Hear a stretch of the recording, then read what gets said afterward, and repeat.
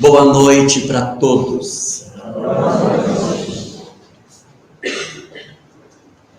O conhecimento que a doutrina espírita nos entrega sobre o sentido da vida alarga de maneira extraordinária o entendimento do sentido de todas as coisas, permitindo com que uma releitura completa do sentido de tudo que nos circunda fique profundamente alterado a partir do momento em que nós conseguimos fazer uma revisão daquilo que seja o próprio existir, apoiado nos conceitos que a doutrina espírita nos oferece.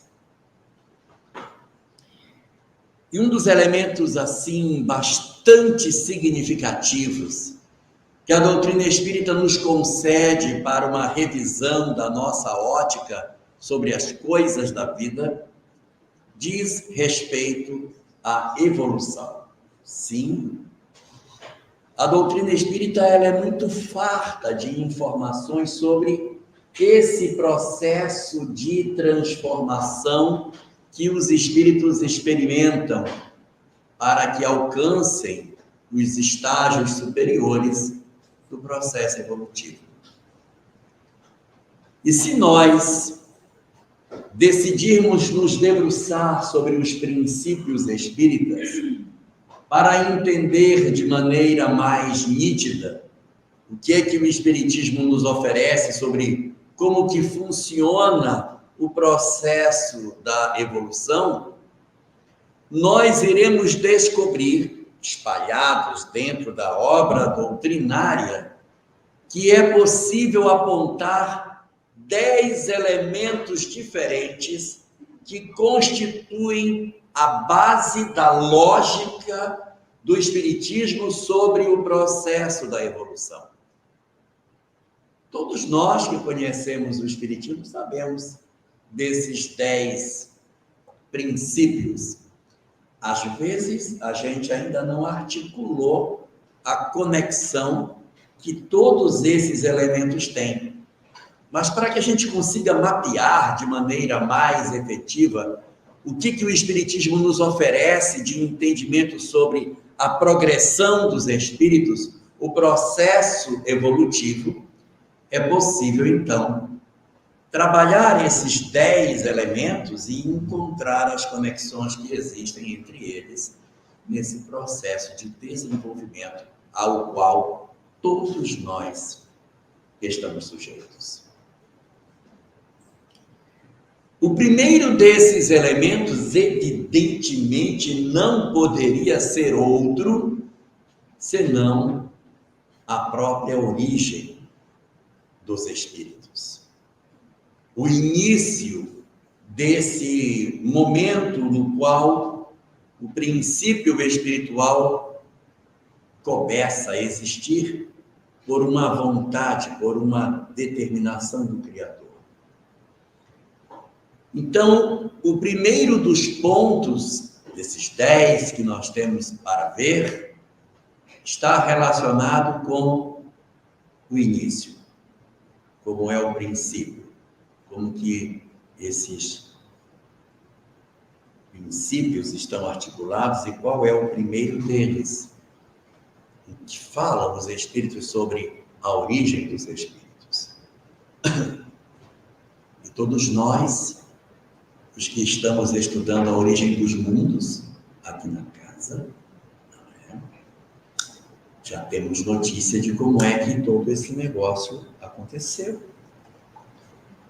E aí a gente vai ver que existem 5 questões em O Livro dos Espíritos que falam de coisas diferentes, mas abordam o mesmo princípio. São a questão 120, 131, questão 115, 121, 131, 634, questão 1006. Elas dizem que os espíritos, quando são criados, eles têm 2 características. Os espíritos são simples e ignorantes. Quando se fala que os espíritos são simples, ou surgem simples e ignorantes, não é para pensar que é ignorante porque eles são grosseiros, é ignorante porque desconhece, não sabe nada. E isso é lá atrás, não é nem quando eles já são espíritos na condição nominal, que é um espírito na condição nominal já sabe se esconder, sabe caçar, sabe se alimentar, sabe fugir do predador, sabe um monte de coisa. É simples e ignorante, é lá no princípio do processo evolutivo, conforme a questão 540 do Livro dos Espíritos, que diz que é assim que tudo serve, que tudo se encadeia na natureza, desde o átomo primitivo até o arcanjo que um dia começou por ser átomo. Maravilhosa lei de harmonia, que o vosso acanhado espírito não pode entender em seu conjunto. Ou seja, é esse espírito primitivo que não sabe nada, que vai iniciar a sua caminhada buscando o processo de desenvolvimento, aonde ele ignora tudo e vai começar os primeiros rudimentos de entendimento da vida na medida em que ele se aproxima das possibilidades de crescimento que ele tem. Então, o primeiro dos elementos que a gente tem dentro dessa caminhada é a compreensão de que todos nós temos uma origem idêntica. Somos todos criados simples, ou seja, não somos nada complexos, a gente não consegue nem administrar nenhum átomo inteiro, porque é muito complicado. Administrar um elétron para nós já é uma coisa complexa. Então, nós, no princípio, somos simples e ignorantes e desconhecedores do bem e do mal, das coisas da vida, nada sabemos. É o princípio de onde todos nós surgimos.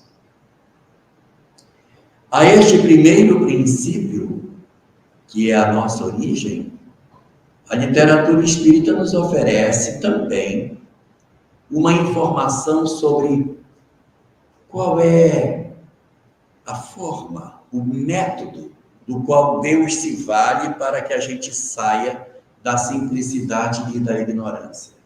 Como é que Deus fez para que nós não ficássemos eternamente como simples e ignorantes? Ele nos deu alguma forma de nós sairmos dessa condição.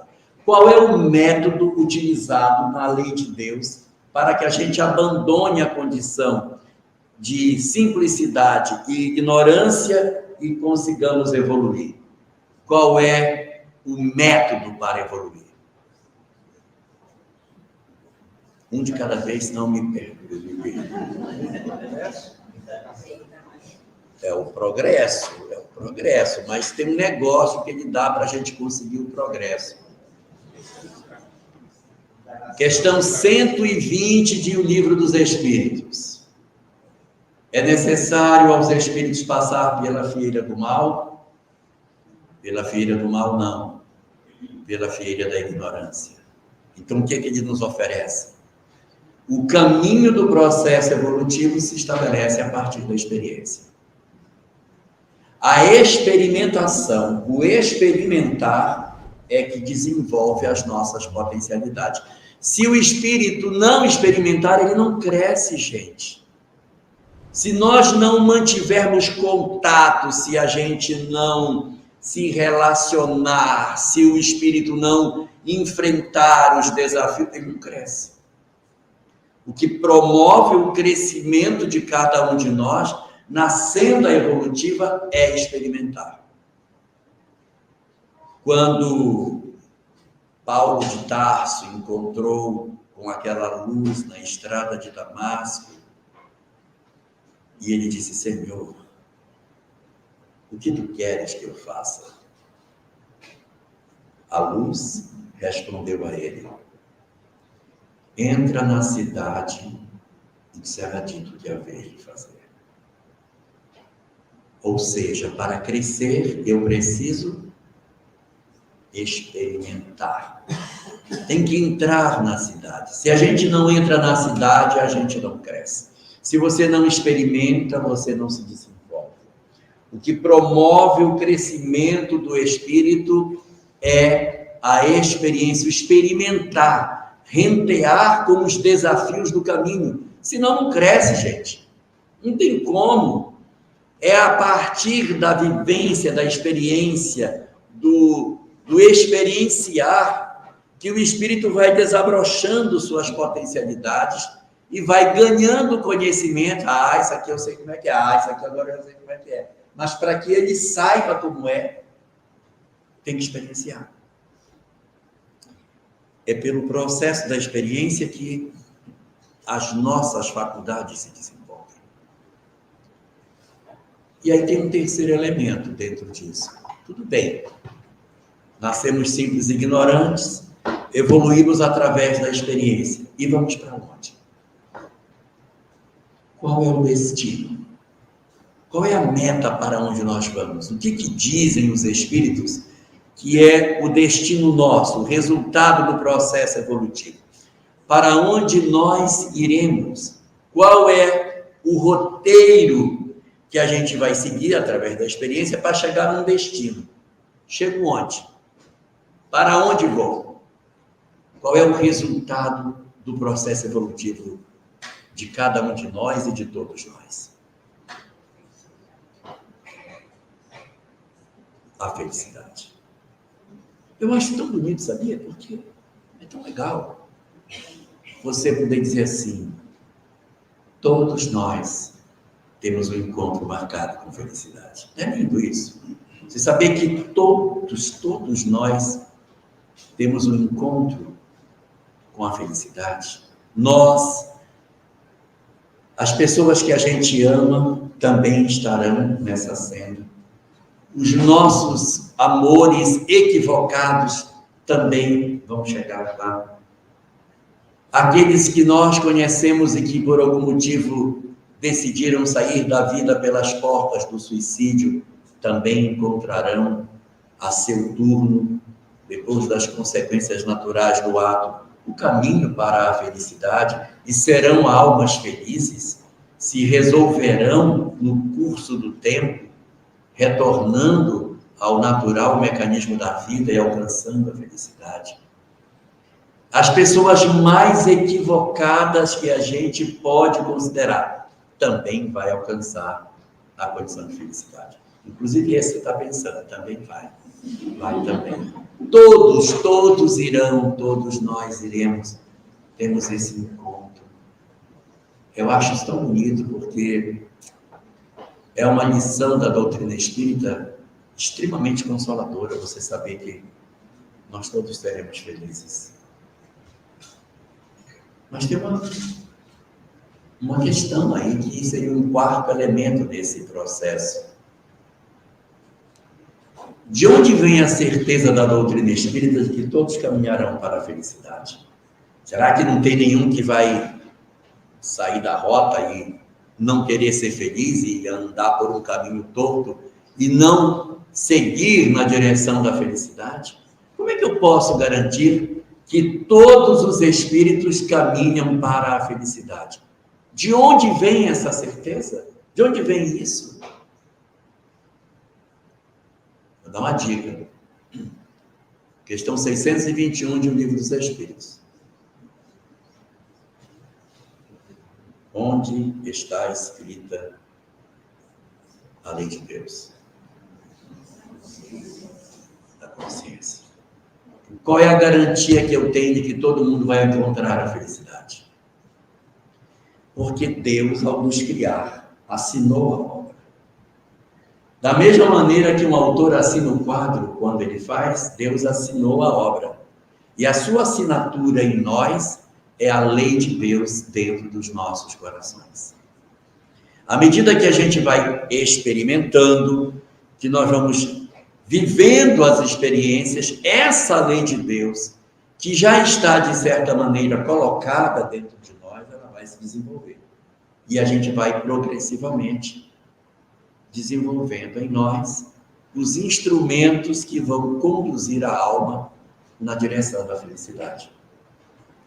Ou seja, a lei de Deus que está colocada dentro de nós é a garantia de que todo mundo vai dar certo.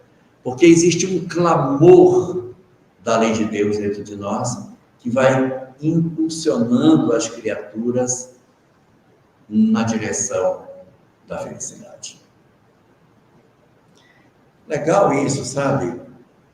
Somos criados simples e ignorantes, evoluímos através da experiência, tendo como destino o amor, a felicidade, e basta que a gente consiga perceber que a lei de Deus está dentro de nós e desabrochar essa lei para que a gente consiga, de fato, alcançar essa plenitude espiritual.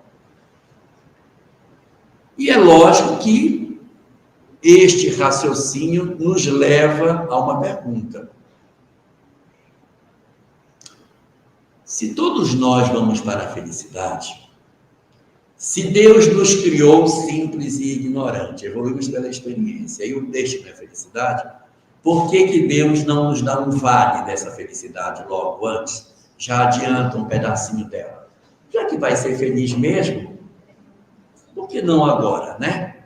Por que não vou te dar a felicidade, mas vai ser lá na frente? Por que Ele não entrega esta felicidade agora para nós?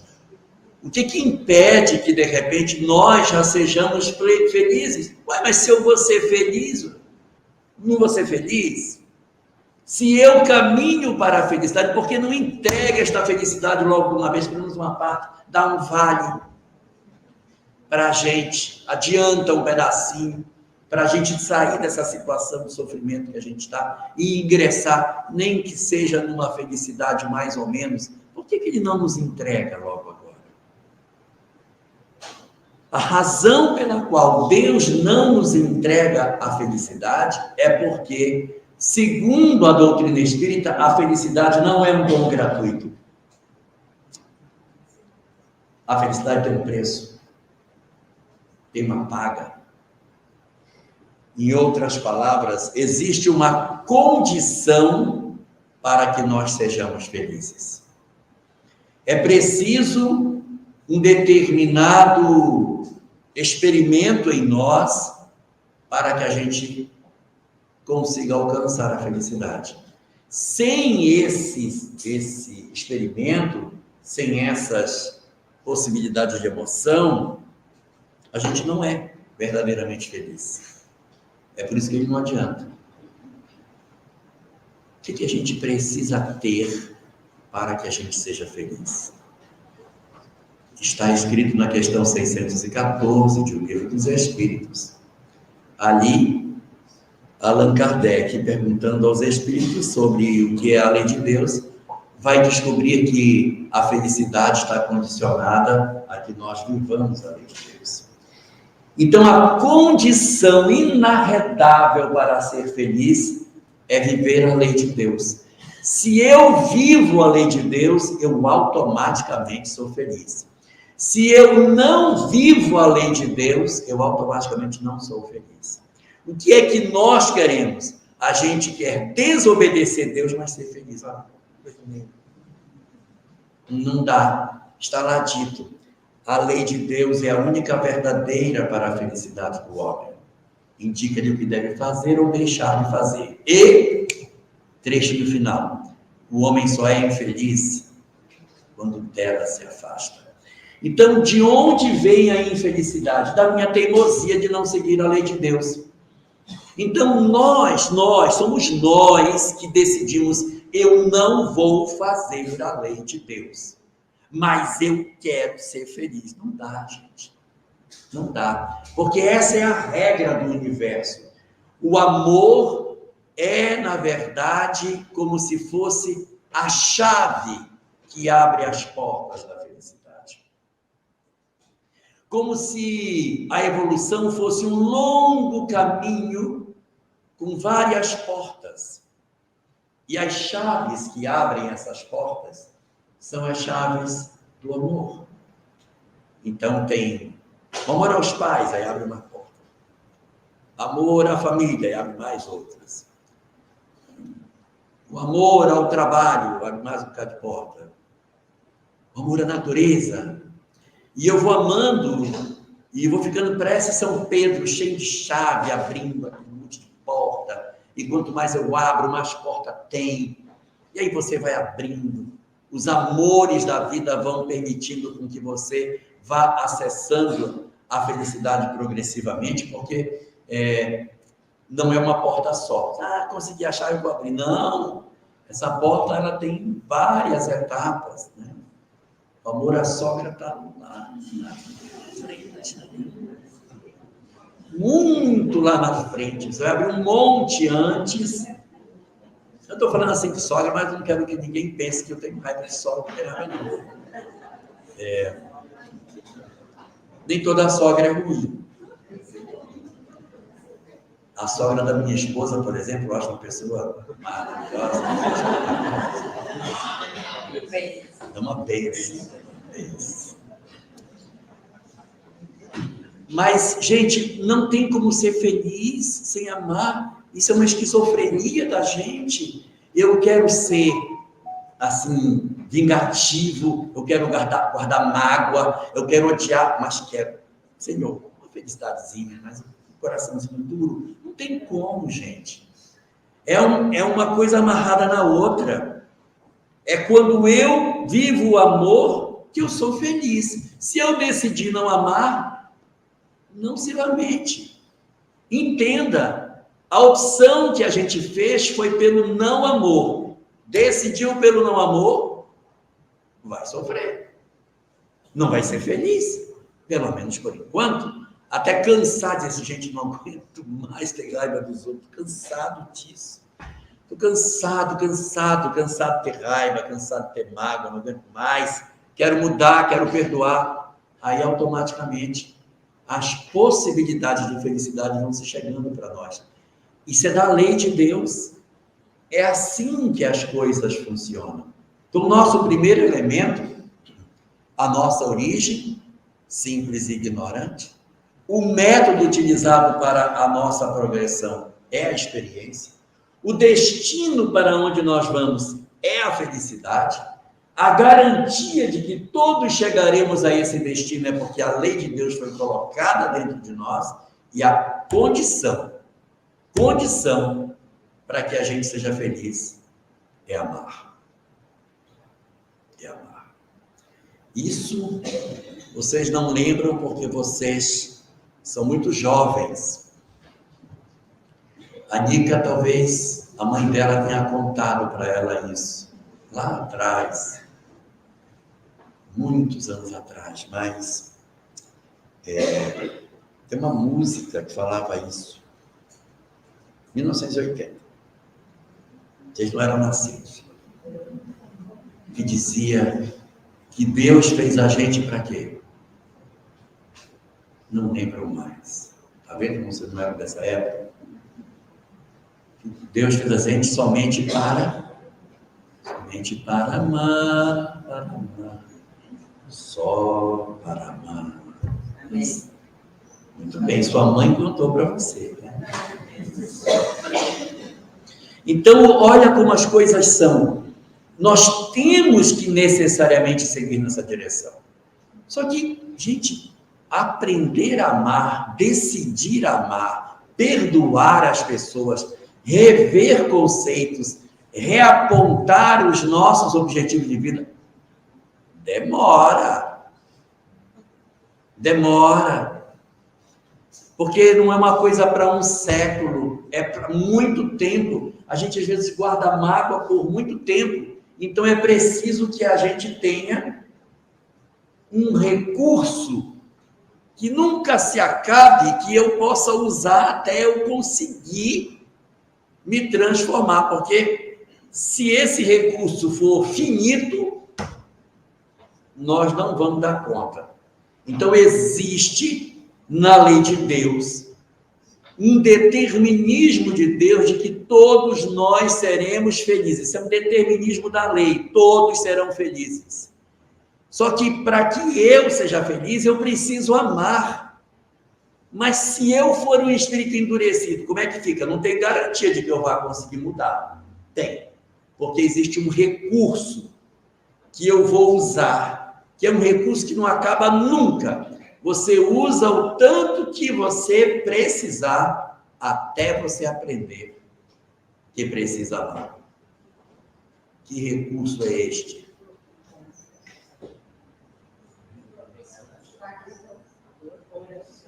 Ainda não. Não é encarnação, não. É um recurso que não acaba. Não acaba. Recurso que não acaba. E que a gente vai... Ele esquentou aqui com a imortalidade. Chegou perto. É quase isso. Mas a imortalidade é um atributo do Espírito. Eu quero saber qual é o recurso que Deus deu às criaturas, que é um recurso que não se extingue e que eu uso desse recurso quanto eu precisar até eu descobrir que eu tenho que amar. Tempo! Tempo! O tempo, gente, o tempo não se extingue, Deus não está com um pingo de pressa. Ele tem como meta que todos nós seremos espíritos felizes. Em quanto tempo? Cada um resolve como é que quer. Você usa o tempo que você quiser, mas uma coisa eu garanto: se você usar bem o tempo e aprender mais rápido a amar, será feliz mais cedo. O prêmio é esse. Quem decide mais cedo é feliz mais cedo. Quem decide mais tarde vai ser feliz mais tarde. Mas será feliz. Mas será mais tarde. Então, o resultado: nós possuímos dentro desse mecanismo uma dinâmica de desenvolvimento nosso que vai exigir esse recurso de maneira inesgotável até que a gente chegue a um destino. E eu já me perdi no que número que eu estou. O primeiro é a origem, o segundo foi o método de experiência, o terceiro é o destino, o quarto é a garantia, a lei de Deus. O quinto, qual é o quinto? O quinto é o recurso que eu preciso ter, ou seja, o recurso não, a condição para eu alcançar a felicidade, que é o amor. O sexto é o recurso, que é o tempo. Agora sim.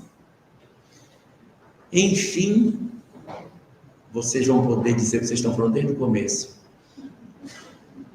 Tem uma estratégia que Deus utiliza para a gente usar o tempo. Tem uma estratégia. Ele utilizou uma estratégia para que a gente pudesse evoluir. Porque é uma coisa até muito engraçada isso, sabe? Quando a gente estuda a doutrina espírita, a gente descobre que o mundo real, primitivo e verdadeiro é o mundo espiritual. Certo? Estou correto? O mundo real, primitivo e verdadeiro é o mundo espiritual. É onde está a nossa verdadeira vida. A vida verdadeira é a vida no mundo espiritual. E nós temos uma segunda informação. É possível evoluir no mundo espiritual. É ou não é possível? É possível evoluir no mundo espiritual. Se eu juntar essas duas coisas, cai um negócio que não faz sentido.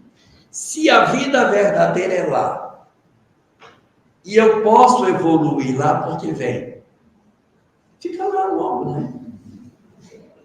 Ué, a vida verdadeira não é lá? A gente não evolui lá também? Vem fazer o que aqui, meu filho? Porque vem, fique de uma vez, já evolua lá, não tem que vir. Segue sua vida para lá. Por que vem? Por que a gente vem? Por que o espírito encarna? Qual é o sentido da encarnação? O sentido da encarnação é porque a encarnação é a única forma de bater um raio-x no coração do espírito. Porque quando estamos no mundo espiritual, a gente pode se enganar sobre nós mesmos. E podemos dizer assim: não, eu já perdoei ele. Tranquilo, nem sinto mais nada, não sinto mais nada. Eu estou bem demais. E, olha, se ele quiser ser meu irmão, pode ser. Não sinto mais nada, meu coração está lavado. A gente já se encontrou, já se perdoou, a gente já faz até caminhada junta pelo parque. Está tudo maravilhoso. Tem certeza? Absoluta, eu mudei, ele mudou. Encarna para ver então. Porque a encarnação é um instrumento que vai verdadeiramente dizer o que está dentro de mim, porque o ego nos faz ilusões, e eu posso dizer no mundo espiritual que eu mudei. Não, nunca mais vou pegar numa garrafa de bebida na minha vida. Isso aí, coisa do passado, tem certeza? Tranquilo. Encarna, vamos checar. A encarnação é o cheque. No mundo espiritual eu posso ficar e posso evoluir? Pode, mas se eu venho para cá, eu descubro logo de uma vez o que está faltando. A gente faz numa encarnação um cheque de várias coisas. Quando volta, realmente, esse negócio aqui eu não estava muito bem, não, mas esse aqui eu estava, realmente, Agora, esse aqui, a gente vai poder se avaliar. É por isso que a encarnação precisa ter o esquecimento do passado. Porque se fosse para encarnar lembrando do ontem, não precisa vir também, pode ficar do lado de lá. Qual é o sentido que tem eu encarnar, gente? Eu me lembro de tudo, desde lá do Egito Antigo e tal. Não faz sentido. Não faz sentido. As pessoas se relacionando em casa, lembrando de todas as encarnações para trás. Imagina como seria a vida. Mamãe, estava ali lembrando, já pensou? Ia ser terrível. A gente está numa relação familiar com todas as memórias afloradas. Então, é necessário que exista o esquecimento do passado, tem que ter. E o esquecimento do passado, ele acontece por 3 razões diferentes. 3 razões. Razão número 1, para que eu esqueça aquilo que eu fiz. Essa é a primeira. Para que eu esqueça o que eu pratiquei de errado. Segunda razão, para que eu esqueça o que os outros fizeram para mim. Não é só o que eu fiz, mas também o que os outros me fizeram. Eu preciso esquecer disso. Senão eu fico na lembrança daquilo que as pessoas realizaram e vai atrapalhar meu desenvolvimento. Mas são 3. A primeira é o que eu fiz. A segunda é o que me fizeram. E a terceira? A terceira é para que os outros esqueçam o que eu fiz para eles também. Porque se só eu esquecer e eles também não vai dar certo. Tem que haver um esquecimento, e é por isso que os nossos corpos são densos. Porque se fosse encarnar num corpo assim, mais sutil, a gente ia trazer muita lembrança. Por isso que o corpo tem que ser denso. Não, aqui o corpo tem que ser desse jeito. Que é para provocar um amortecimento das lembranças. E quando a criatura reencarnar, ela não tem nitidez das coisas. Mas para que ela não se perca, vários reveladores trazem notícias religiosas para que a gente nunca caia no esquecimento das verdades espirituais, conforme a questão 622 de O Livro dos Espíritos, que fala sobre a vinda dos missionários para fazer relembrar a lei de Deus que havíamos esquecido. Então, o 7º elemento dessa discussão é a estratégia que Deus utiliza. Qual é a estratégia? A encarnação. Essa é a estratégia. Vai encarnando e desencarnando para ver se aproveita o tempo e promove o seu processo de mudança. E aí vem uma 8ª condição, que também está dentro desse processo. Tudo bem. Tenho tempo infinito para conseguir me resolver. Ótimo. E tenho as encarnações para poder checar se eu estou avançando ou não. Mas seria tão bom se a gente tivesse uma espécie de uma bússola, um roteiro, um direcionamento do que a gente pode ou não pode fazer para acertar ou não acertar. Seria maravilhoso se a gente pudesse reencarnar e alguém dissesse, olha, eu vou te dar uma dica aqui, ó. Esse é o roteiro que você vai seguir, e se você seguir esse roteiro, você vai ter sucesso. Se você não seguir esse roteiro, que é como se fosse uma bússola, a sua encarnação você não vai aproveitar. Então, eu vou te dar um roteiro para você. Tem essa bússola? Sim ou não? Como se chama? Jesus. mais propriamente o Evangelho. O Evangelho. Eu acho que devia ser muito difícil, antes de Jesus ter vindo à Terra, a gente ter esse roteiro para aproveitar a encarnação, porque era tudo assim meio nebuloso.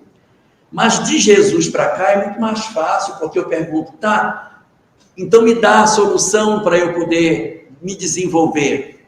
A solução é nós seguirmos aquilo que o Cristo recomendava. Então, o Evangelho de Jesus contém o roteiro para que a encarnação possa ser melhor aproveitada e por isso a gente consiga utilizar o tempo de maneira mais efetiva, de tal sorte que desenvolva o amor que está em germe, porque a lei de Deus está na nossa consciência, consigamos atingir a felicidade a partir das experiências, saindo da ignorância e da simplicidade. Então, o 8º elemento desse processo é a reencarnação. Mas eu disse que eram 10, está faltando 2. Vamos ver se eu lembro. O 9. O 9 é a medida. Como é que eu sei se eu estou andando certo? O 9 é um instrumento que existe na lei de Deus e quanto mais a gente acerta, mais ele se alarga. E quanto mais a gente erra, mais ele se estreita. É nele que eu vou saber se eu estou andando bem ou não. Se ele se distende, estou aproveitando bem as experiências. Se ele se estreita e diminui as minhas possibilidades, eu estou andando pelo caminho equivocado. É ele que me dá a medida do quanto eu estou preso ou não às experiências que a vida me pede. Quem é a medida? Livre-arbítrio. Quanto mais eu acerto, mais livre-arbítrio eu passo a ter. E quanto mais eu erro, aquele livre-arbítrio que eu passei a ter, eu tenho ele restrito. Conhecimento intelectual alarga livre-arbítrio. Conhecimento moral restringe o livre-arbítrio que já se tem. No início da evolução, o livre-arbítrio é bem pequenininho, não dá para fazer muita coisa. Vai evoluindo, o livre-arbítrio vai ampliando. Eu vou tendo mais condição de entender e condição de fazer o bem, mas também de fazer o mal. Quanto mais eu sei, mais livre-arbítrio eu tenho. Mas isso não significa dizer que eu sempre poderei usar todo o livre-arbítrio que eu tenho. Porque se eu errar, o meu livre-arbítrio passa a ser restrito pelo fato de eu ter usado de maneira equivocada a minha liberdade. Então, a medida para que a gente perceba se o nosso livre-arbítrio está ou não está bem posicionado é exatamente a condição de vermos o livre-arbítrio nosso a quantas anda. Ele é a medida da nossa liberdade e da nossa evolução. E tem um 10º elemento. Esse 10º elemento, ele é o motor da evolução. Porque não adianta nada, gente, mas não adianta nada, botar a lei de Deus dentro do coração do homem. Dizer que é o amor, dar todo o tempo disponível, oferecer a reencarnação. Dar a ele o roteiro do Evangelho se faltar o motor. Se não tiver o motor, que é o último dos elementos do processo de dinamização da evolução, não vai. E aí, Diogo, qual é o motor da evolução? O que é que empurra a evolução para frente? A vontade. Que era o nosso tema. A vontade. Porque se não tiver vontade, não adianta o resto. Pode ter evangelho, pode ter o tempo, pode ter tudo. Mas se eu disser, eu não quero, não vai. A vontade é que mobiliza o livre-arbítrio. É a vontade que promove na criatura humana o processo de desenvolvimento dela, conforme a questão 909 de O Livro dos Espíritos, aonde os Espíritos comentam sobre uma pergunta de Kardec, se é possível o homem vencer os arrastamentos. E eles dizem, com bem poucos esforços. Quantos de vós fazem um esforço muito pequeno para conseguir mudar, mas se fizessem esforço, conseguiriam resultados incríveis. Ou seja, a nossa vontade, que é o elemento que promove o impulsionar da evolução, não seria eficaz se nós não tivéssemos, de fato, essa possibilidade de mobilizar este recurso a favor da nossa própria felicidade. Enquanto eu não sei o que eu sou, coitadinho de mim. Enquanto eu não sei, como que eu vou mobilizar a vontade? Exatamente pelo fato da vontade ser tão importante, na série psicológica de Joana de Ângeles, no livro terceiro da série, que tem 16 volumes, no livro terceiro, chamado Plenitude, no seu capítulo 5, Joana de Ângeles se debruça sobre o sofrimento humano, analisa a questão da vontade e diz que ela consegue enxergar um roteiro para que o homem encontre a felicidade. O roteiro apresentado por Joana, no capítulo 5 do livro Plenitude, é o roteiro para que a gente consiga mobilizar a vontade a ponto de alcançar a transformação moral, que esse é o objetivo. E ela vai desdobrar isso em 12 passos. Se eu levei 1 hora para falar de 10, 1h30 eu falo dos 12. Mas vamos lá. Ela cria esse caminho que, observando o desdobramento que Joana faz, ela vinha tratando dentro do livro do caminho óctuplo de Buda, que é um caminho que tem 8 passos. E quando ela chega nesse ponto, ela cria um caminho de 12 passos. É um caminho dodécuplo. O caminho dodécuplo para a felicidade apresentado por Joana de Ângeles. Se vocês quiserem, eu pulo o caminho dodécuplo, ou se vocês querem, eu falo dele. Querem, fale. Então lá vai. Primeiro ponto do caminho dodécuplo, sem o qual não existe condição de se realizar a transformação moral. Ponto inarredável de tudo isso. Chama a Joana de Ângeles de conhecimento espiritual. Se você não tem conhecimento espiritual, não vai.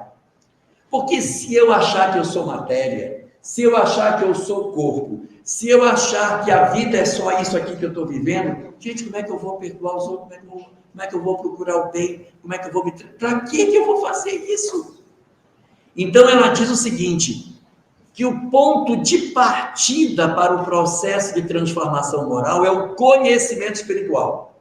O conhecimento. O que é o conhecimento espiritual? É esse negócio que o Espiritismo nos entrega. Saber que somos uma alma imortal, que os nossos filhos também estão vivos, que a gente vai se reencontrar, que existe a reencarnação, que tem a lei de causa e efeito, que nós caminhamos para a felicidade.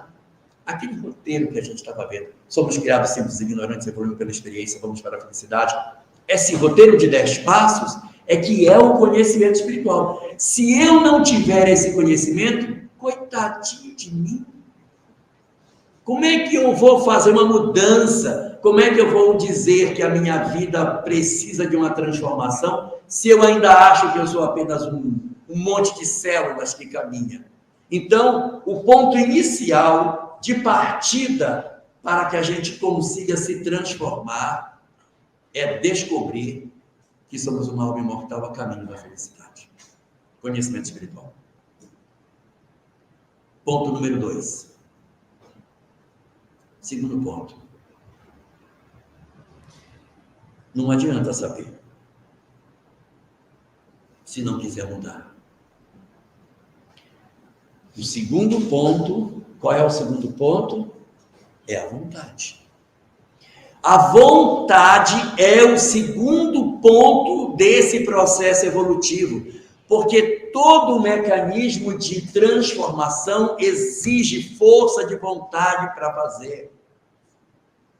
Experimente entrar numa dieta low carb. O trem ruim. Experimente dizer assim, a partir de amanhã eu vou caminhar porque eu preciso perder peso. Meu Deus do céu, você tem que usar um guindaste para levar o corpo para a pista. E aquela preguiça no dia seguinte, meu Deus, eu caminhei ontem, de novo, hoje, não acredito. Você tem que ter força de vontade. Se tem que ter força de vontade para uma dieta, se tem que ter força de vontade... Estou certo, professor? Certíssimo? Não é? Se tem que ter força de vontade para fazer um exercício físico, quem dirá para mudar o comportamento humano? Porque nós estamos há milênios agindo da mesma forma. Deus levou. Deus levou. Deus levou. Como é que de repente vou dizer, não, Deus não levou mais? Não tem como. Precisa exercitar por conta dos automatismos. Então, o primeiro passo para a mudança, segundo Joana de Ângeles, é conhecimento espiritual. Que não basta, porque tem um monte de gente espírita que tem conhecimento espiritual e não se transforma. Então, não é condição de salvação. Ixi, rachei é tudo. Não adianta saber, não salva. Não salva. Ajuda, mas não salva. Por quê? Porque são 12. Só tenho 10 dedos. São 12. 12. Mas a vontade, ela é essencial. Tudo bem, vamos estudar, vamos fazer um grupo de estudo do livro do Céu e Inferno, vamos estudar, né, a evolução do mundo. É ótimo, isso é fundamental, porque sem esse negócio também não vai. Mas se tiver só isso, não tiver o outro, também não vai. Eu só estou falando de 2. Imagine os outros 10. O terceiro elemento que está colocado por Joana, ela diz que nós, nessa vida louca que a gente vive, nós nos desconectamos de Deus. Então ela diz que uma coisa importante para que a gente promova a nossa mudança, para fazer a transformação moral, é de posse da vontade, de posse do conhecimento espiritual, se religar a Deus. E como é que eu vou me religar a Deus? Pelo amor de Deus, que eu nem vejo. Como é que eu vou fazer? Ela dá uma dica. Ela diz que a gente se reconecta a Deus pelo contato com a natureza. Vá caminhar descalço na grama. Vá abraçar as árvores domingo de manhã. Vá andar no meio do bosque. Vá olhar para uma noite estrelada. Saia do apartamento de concreto. Já perceberam que as pessoas depressivas se trancam em casa e perdem o contato com a natureza? Então, a gente precisa fazer o processo inverso. Contato com a natureza não é necessariamente a gente ir para dentro do bosque. Eu posso também fazer contato com a natureza cuidando do gato, cuidando do cachorro, criando plantas, cuidando de flores. Isso também é uma maneira de entrar em contato com a natureza. Quando a gente fica assim, só de eu pensar numa semente que não vai brotar, nossa, dá uma preguiça, está doente. Está doente. Essa planta que não cresce, oh meu Deus, aí mandaram tomar conta de planta, mas olha, eu tenho um ódio de planta, meu Deus, suja meus dedos, minhas unhas. Não estamos bem. Então, o contato com a natureza é o terceiro ponto fundamental. Quem está com pouco contato com a natureza, amplie. Amplie. E quem estiver com a fé frágil, faça contato com a natureza, fortalece a fé. Vá à noite para a estrada, onde não tem nenhuma cidade perto, numa noite sem nuvens, e olhe as estrelas. Se você não sentir Deus numa noite estrelada no meio do mato, está complicado o seu caso. Porque é fascinante demais. Já viu isso? Já viu? Você fica olhando assim. Imagina os gregos, né? que não tinham luz elétrica, todo dia olhando para aquele negócio à noite. É fantástico demais ver aquele monte de estrelas pular do céu em cima da gente. Então, primeiro é o conhecimento espiritual, segundo é a vontade firme, terceiro é o contato com a natureza. E o quarto? O quarto é a meditação. Que não precisa ser numa posição específica. Não precisa a pessoa ficar numa determinada posição imóvel para meditar. Meditar é refletir sobre a nossa própria vida. E eu vou dar aqui algumas estratégias de como é que a gente faz para meditar. Vou dar 7. Primeira, repasse o seu dia e pense se tem alguma coisa que você deixou de fazer. Alguém que você machucou. Algo que você fez que não deveria ter feito e algo que não fez e que deveria ter feito. Se alguém tem do que reclamar de você. Se você, varrendo o seu dia, encontrar isso, trabalhe para que isso não volte a acontecer. Repasse seu dia e verifique se tem alguma coisa que ficou faltando. Número 2. Se você tiver dúvida, se você está certo ou está errado, eu acho que está certo que eu fiz, não está errado não. Então, faz o seguinte, tira você da cena, bota outra pessoa na cena e olha de fora o que você fez. E veja se você aprova ou desaprova o que você fez. Se você desaprovar é porque é ruim mesmo. Então você bota outra pessoa, de preferência uma pessoa que você nem goste. Bota essa pessoa fazendo e olha ela fazendo. Mas isso é muito errado, isso aí. Muito errado. Então é porque não era bom. Terceira forma de você fazer. Ouça o que as pessoas falam de você. Não rejeite as críticas que você recebe. Quando as pessoas disserem assim, mas você é uma pessoa muito chata. Considere que pode ser verdade. E que a gente precisa mudar. Porque nós temos uma tendência de rejeitar tudo que falam mal da gente. Como é que eu vou me autoconhecer se eu sempre estou negativo? Não sou chato, não. Então, como assim? Ouça e acolha a possibilidade de ser verdadeiro. Situação número 4. Tenho dúvida se estou certo ou estou errado. Quarta situação. Você passa o seu dia e verifica qual foi a hora do dia que você saiu do eixo. Foi a hora que eu fiquei com raiva? Foi a hora que eu me desequilibrei emocionalmente? A hora que eu percebi que eu tomei uma atitude que eu não deveria ter tomado? Você vai olhando e diz, bem aqui, ó, aqui eu fiz uma conduta que não era correta, bem aqui. Então você para e diz, por que foi que eu tomei essa atitude? O que foi que aconteceu que me empurrou nessa direção? Aí você evita as causas. Eu não posso ouvir ninguém me criticar. Eu fiquei com ódio porque fulano falou mal de mim. Eu não suporto falar mal de mim. E aí você vai ter que se conhecer pelos momentos que você se desequilibra. Aqui eu me desequilibro. Ó. Então isso aqui é ponto frágil, é gatilho de desequilíbrio meu. E aí eu vou e corrijo. Quinta forma. Tenho dúvida se o que estou fazendo é certo ou errado. Então você pega a sua conduta e imagina todo um planeta fazendo isso que você está fazendo. Melhora ou piora? Se piorar não é bom. Tem dúvida? Pega a sua conduta e joga todo mundo fazendo tudo que você faz. Como ficou o planeta? Melhor? Isso piorou muito. Então mude porque não é uma boa política. Okay. Sexta forma.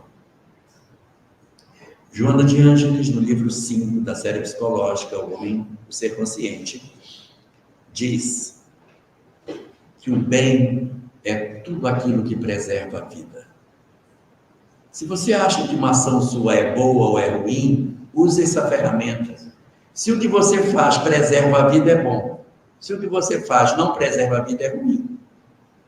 Então eu estou fazendo uma coisa, será que isso é bom? Analise se o que você está fazendo é bom para a vida. Se é bom para a vida, é bom. Se não for bom para a vida, não é bom. Simples. Sétima e última. Se nada disso der certo, você faz o seguinte: você volta na cena que você tinha dúvida se estava certo ou errado e imagina Jesus sentado olhando você. Se você achar que ele se agrada do que você fez, beleza. Se ele se desagradar, é porque não era bom. Tem que mudar. Algumas regrinhas básicas para meditar, nesse item 4 que a gente tem.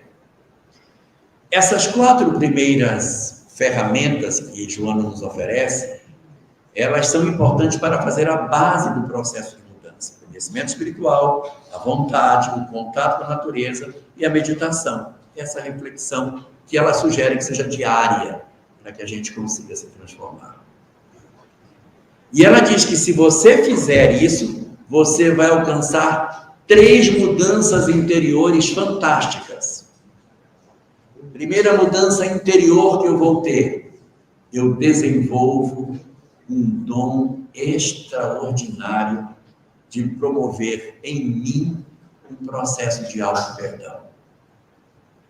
Eu consigo me entender, eu consigo me perdoar, eu consigo rever os meus passos, eu consigo fazer as pazes com o meu passado, eu consigo entender que eu não era a pessoa que sou hoje, e aí eu pacifico a minha história, eu me reencontro comigo mesmo e dissolvo os processos de desamor que me produziam um sofrimento muito grande em função do sentimento de que eu estava, na verdade, em desacordo com a lei de Deus e condenado ao sofrimento. Então eu vou promover um processo de auto-perdão pelo conhecimento espiritual, pelo contato com Deus. Eu faço as pazes com Deus e comigo mesmo. Segundo movimento que a gente vai fazer, lindo, nessa parte da mudança interior, que seria o 6º elemento dessa sequência, é a resignação. Eu vou parar de me desesperar, parar de ter ódio de Deus. Porque eu tenho conhecimento espiritual, fiz as pazes com ele, meditei, eu tenho ali a vontade firme de mudança, então a minha ótica da vida muda, eu me resigno diante dos sofrimentos, das dores, das negativas que a vida me dá. 7º item, além da resignação, uma coisa belíssima chamada ressignificação. O que é ressignificação?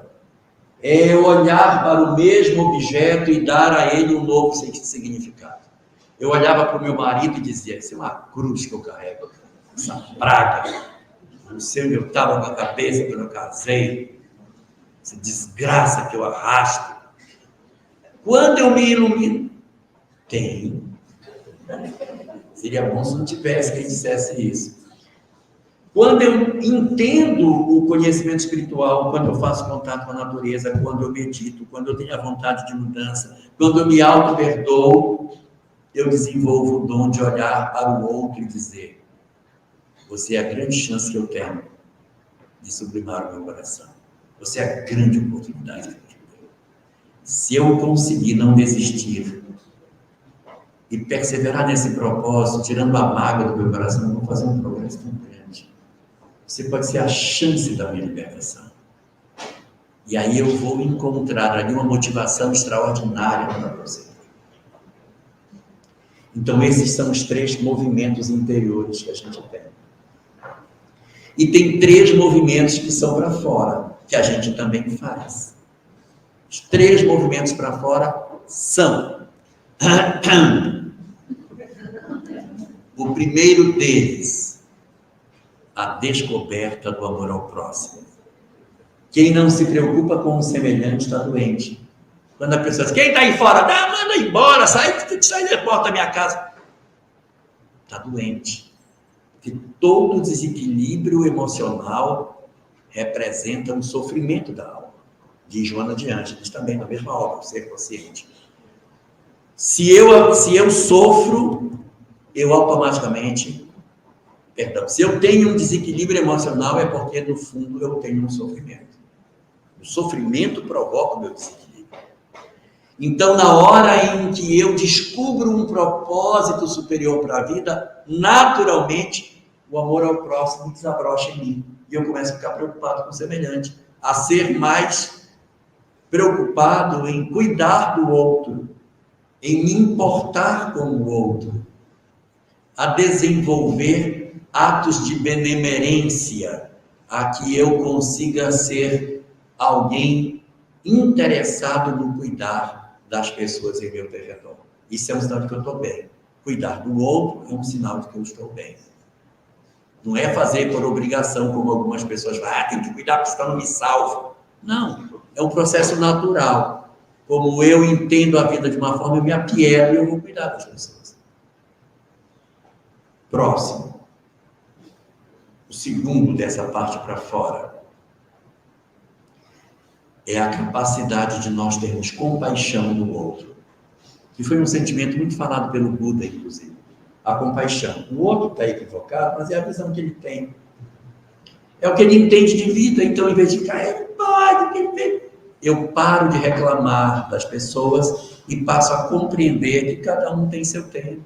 É o estágio que ele está. É o momento dele. E vamos conviver com o que tem. E vamos para frente. E aí eu pacifico as relações familiares que estão extremamente inflamadas porque a gente fica reclamando. Menino, vou comprar um cesto da boca mais larga, porque a pessoa joga roupa do lado de fora do cesto. Botar um funil para ver se você acerta. Não vai adiantar. A gente passa a olhar o outro com mais misericórdia e ter uma relação de mais proximidade. E o terceiro e último desses pontos para fora é o que diz respeito à movimentação que a gente precisa fazer em nós para que a gente perdoe as pessoas que nos machucaram. Para quem se perdeu, o primeiro é o conhecimento espiritual, o segundo é a vontade, o terceiro é o contato com a natureza, o quarto é a meditação. Aí para dentro de nós mesmos, auto-perdão, resignação, ressignificação. Para fora de nós, a preocupação com o outro, a compaixão e o perdão. Para que ninguém esqueça esses três, consulte a pergunta 886 do Livro dos Espíritos. O que é a caridade como entendia Jesus? Benevolência para com todos, que é o primeiro, caridade. Segundo, indulgência para com as faltas do próximo, compaixão. E o terceiro, perdão das ofensas, que é o perdão, está aí. Em boa matemática deve ter 10, está faltando 2. O penúltimo é o sentimento por excelência que vai abrir as portas da felicidade, resultado desse mecanismo de transformação moral, chamado amor. Se eu conseguir fazer isso, desabrocha em mim um sentimento de amor, amor por tudo, amor pela natureza, não é assim, amor ao próximo, amor é amor. Amor à natureza, amor ao outro, amor à vida, amor a Deus, amor a mim mesmo, amor a tudo.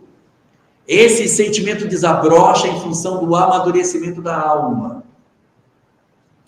E segundo Joana, quando chegarmos nesse ponto, alcançamos o topo da jornada. Que não é mais nem sequer a transformação moral, é o término da transformação. É a chamada iluminação. O momento em que eu verdadeiramente entendi o sentido de todas as coisas e alcancei a felicidade possível no mundo de provas e expiações. A libertação das nossas almas está fundamentalmente ligada a esse dom divino de nós empreendermos esse esforço que depende unicamente de um ponto de partida, chamado vontade. Se não existir essa força de vontade, não vai adiantar todos os recursos que Deus nos concede. Não vai adiantar todas as possibilidades que nos estão sendo dadas, porque eu não estou sabendo usar.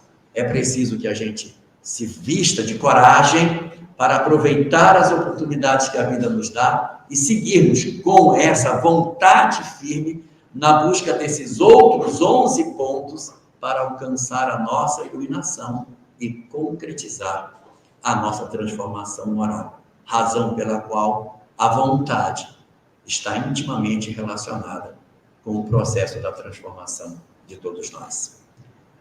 Sucesso para todos nós nessa empreitada que não é fácil, mas que precisa ser começada a partir do momento em que a gente decide de forma resoluta a querer ser feliz. A felicidade real e que ninguém pode fazer por nós. Só nós é que poderemos fazer por nós próprios. Deus está louco para nos entregar, mas precisa que haja da nossa parte o interesse em receber aquilo que Ele quer nos dar. Muito obrigado.